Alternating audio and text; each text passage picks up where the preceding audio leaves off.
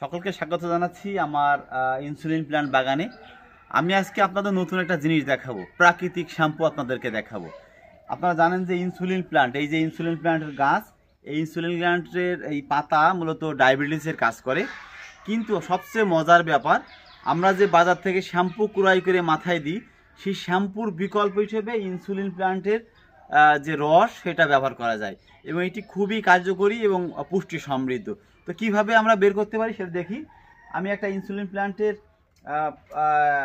প্ল্যান্টের যে ফল, এটা আমি বের করি।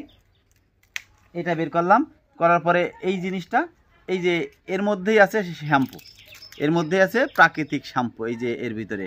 তো আমি এখন আপনাদেরকে দেখাবো, মাথায় দিয়ে দেখাবো। দেখেন, আমি যখন এটা চাপ দিচ্ছি এভাবে, দেখেন এই যে বেরোনো শুরু হয়ে গেছে। এই যে এইটাই সেই শ্যাম্পু, এই যে শ্যাম্পু, একটু খেয়াল করেন, এই যে আঠালো।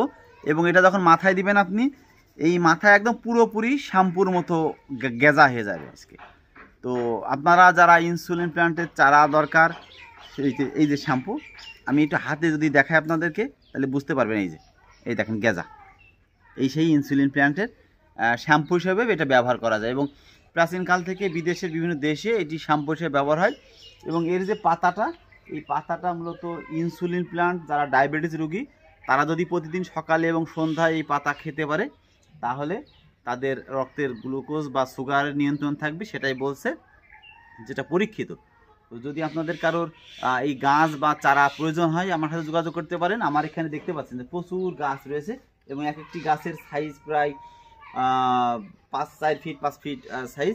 তো এই ফলটি মূলত আপনি শ্যাম্পু হিসেবে ব্যবহার করতে পারবেন এবং পাতাটি ডায়াবেটিসের জন্য ব্যবহার করতে পারবেন।